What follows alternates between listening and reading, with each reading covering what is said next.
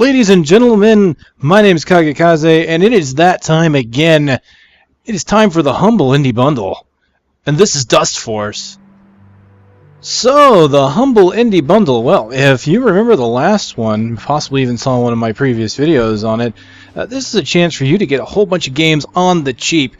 Each and every one of these games is done by an indie developer, so they are not backed by big studios.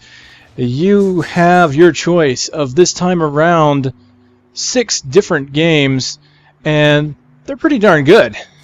I haven't looked at all of them yet. This is the first. This game is the game that you have to beat the average on. So the way the Humble Indie Bundle works, and I'm just going to go through this training level so you can kind of see this game in action as I talk about it. The Humble Indie Bundle is a chance for you to go to their page, humblebundle.com, and you'll see the games listed there. You can pick your price. Basically, you can donate a penny if you want to get these fine games. The money that you donate will be going to EFF and Child's Play. The information on those charities can be found at the site, and the site, of course, will be linked at the bottom of this video. So, when you put money into this, you can decide where that money goes. You can either put that money into the charities completely, you can put that money into the developers completely, or you can put that money into the bundle itself.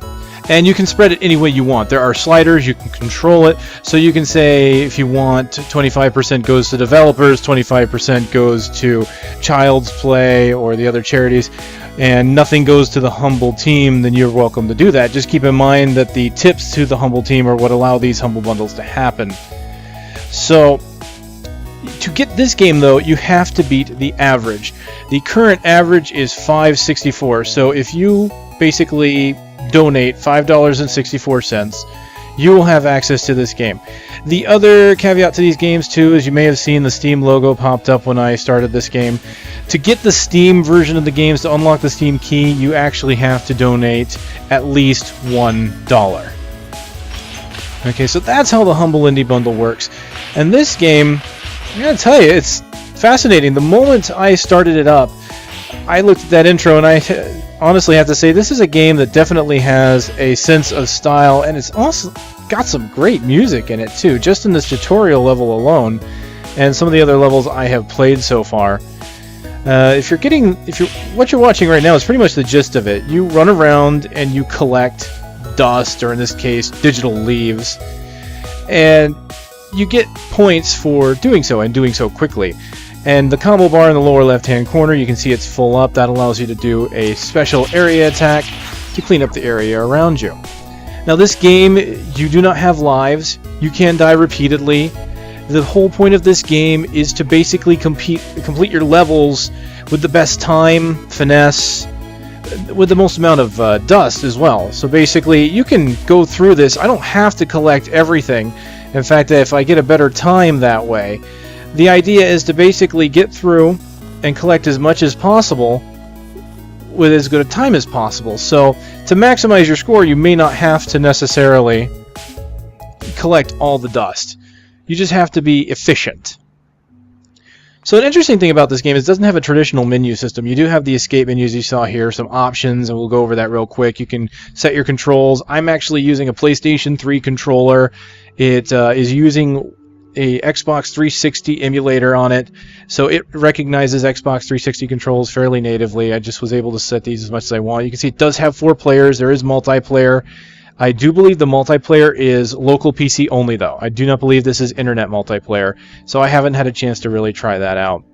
And of course, you can see game pretty much has sliders for sound, and the video has a few things you can turn off. Not a lot of options, honestly. It's not the greatest when it comes to those, but as you can tell, the style of the game, and for what it is, it really doesn't need them.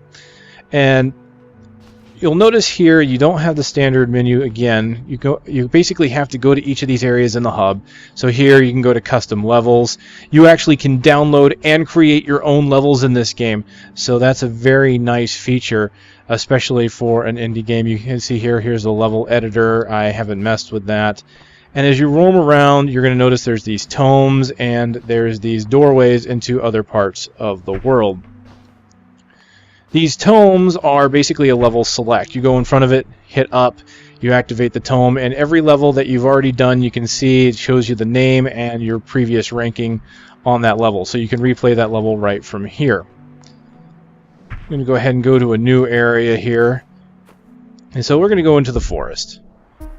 It's just kind of a hub world. You come in here, and now you can just basically go into any sub-world. So we're just going to go ahead and go into the Firefly Forest. You do have 4 characters to choose from. I do not believe there's any difference between them. They just have different looks, and hey, that could be good enough. As you can see here, I'm just going to go through a basic level, and we'll have to have a look at it. So what you want to do is try and avoid losing your combo. The combo you see in the lower left-hand corner. If you don't touch leaves or dirt in a certain amount of time, you'll see it's flashing. It's going to eventually go away if I don't actually do something. Or actually hit something. Now you notice I do have attacks. This is not a game about combat. It is basically just a quicker and easier way to get rid of some dirt and leaves. And it actually has some interesting mechanics behind it. For example, here if I jump, you'll notice that my momentum in the air is preserved by hitting the leaves. So this game is really just about jumping and efficiency. It's pretty much a platforming puzzle game in a way. Not even so much a puzzle, because there's really not a lot you have to do. I think the best way to think about this game is if you've watched my Super Meat Boy video, or maybe even played Super Meat Boy, I think you know exactly what this game is like. Because that's what Meat Boy was all about. You run around, you try and get to the level, you try and beat your own best time. It's really not about beating the game so much as trying to beat the game as best you can. There was a failed attempt at using my area of effect.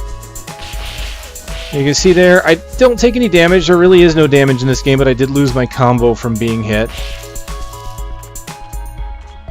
Honestly, I really think this is cool. This is where I would have wanted to use my area of effect attack. So you basically have a regular attack, you have strong attacks, double jumps. It's very simple, honestly, when it comes to controls. But as you can see, there it is, your completion, your finesse, your time.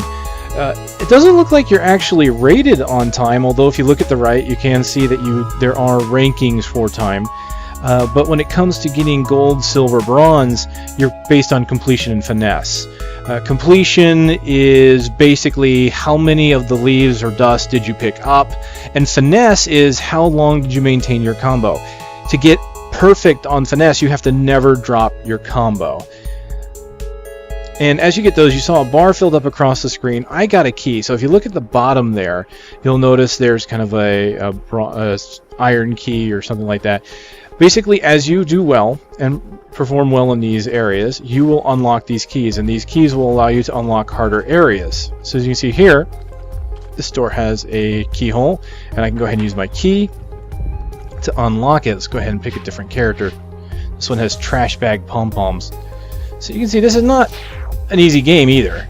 I mean, you can see here there are definitely platforming puzzle type scenarios here. I'm wondering how... okay, so you can stop yourself mid-run and just run back. Not easy to do, really. It's a very quick-paced game. I gotta say, I'm happy I picked this up just from the soundtrack alone. When you buy the Humble Indie Bundle, you will be given high-quality soundtracks for each game in the bundle. And when I say high quality, I mean high quality. Not only do you get MP3s, but you will get high-quality FLAC audio. So there you go. For you audiophiles out there, that is something you may want to know. You may want to get it just for that, to be honest. This is absolutely amazing what they've done here with this game, I think. Is kind of addicting, which is the same thing I felt about Super Meat Boy. I started playing that game and I just kept playing it. For no reason other than to just see how far I could get, see how much I could unlock, if I could beat my own time. I actually spent a ton of time in that game just replaying levels, trying to get the best times possible. And one thing that I was trying to do as well was going back, and in that game you collected bandages, and those bandages unlocked secret characters and things like that. There we go. Perfect time for the burst attack. I just didn't do it right away. And that's it. So some of these levels are really not that large. Same thing with Meat Boy. I can retry it, keep besting my own time, and you're just going to have to pretty much find the optimal way to clear out the level. And avoid getting hit. Because there you go, that ruins combos as well. Now some larger levels do have checkpoints. So if you get so far and then finally die, you can actually restart your level, or not restart the level, but restart where you were, roughly.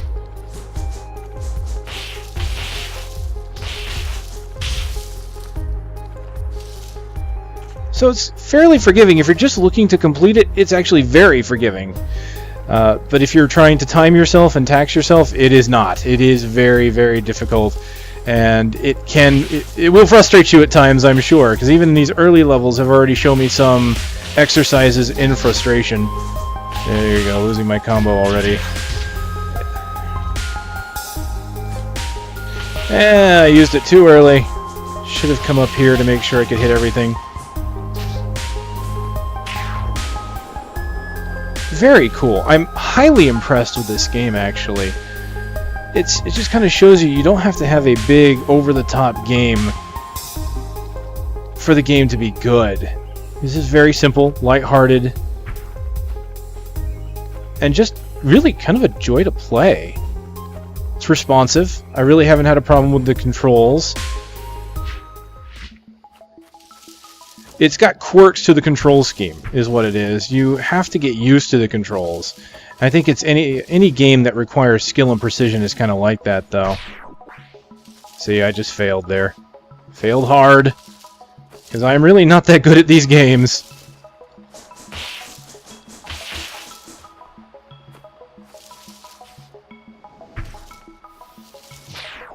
Oh, see, and there's an example of the checkpoint system right there.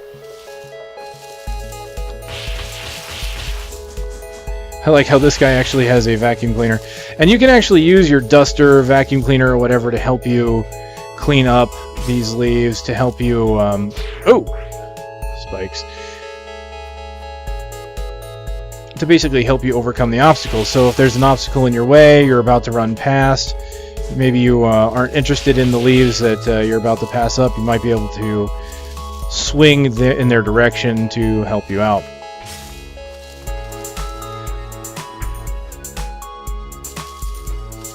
And as simple as this is, I really kind of like the art direction that they took with it. It's got kind of a neat little... Whoop! I didn't realize I was going to actually cling onto that. But as you see here, you use your momentum. Of course, I'm failing at it. So I'm just going to...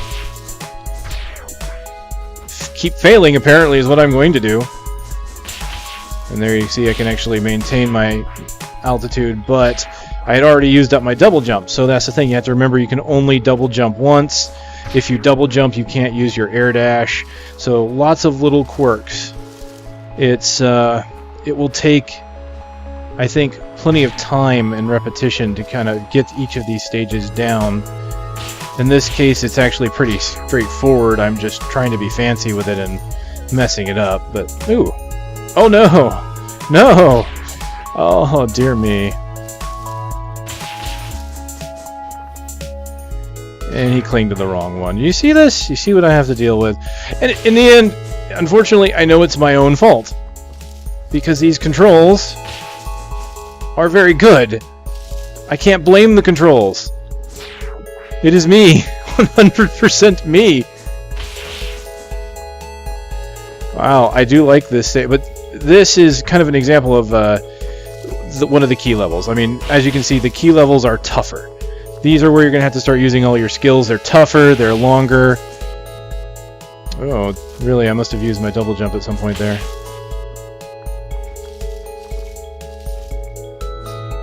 Wow. See, this this checkpoint is just far enough back to be a little frustrating, but... Oh, no, no, no, no! See that? Sheesh. Freely admit that I am bad at these games. Oh, wow, I almost had that. I probably should have jumped, because you can cling to the ceiling a tiny bit, as you're seeing here. Cling to the ceiling. Oh, no. Cling to the ceiling. Yes! Cling to the ceiling. No! So, yes, you're going to watch me fail here a little bit more. But yeah, let's just say I'm glad to see the Humble Indie Bundle come back again. I haven't even beaten the games I downloaded the first time, and there were some pretty good ones in the last one as well. I cite like Psychonauts in there especially. That was an underrated title. Got rave reviews, but no one bought it, and I don't know why. I played it a little bit as an example for the Humble Indie Bundle. Thinking of going back and playing it again. I know some people might have been interested, or I think I got one comment that said they were interested in seeing a series on it, but I'm not sure I'm intend to do that. The same thing happened with Amnesia: The Dark Descent. That's a creepy game, and it was another one that's very well done, very atmospheric. And I'm glad to see indie developers kind of getting their time in the spotlight with these things. I'm just going to keep failing, and people are going to be yelling at me like, "You idiots! Why are you screwing the jump up over and over and over again?" I wish I could tell you. Oh, I did it. I did it. You see that? Wow. Fantastic.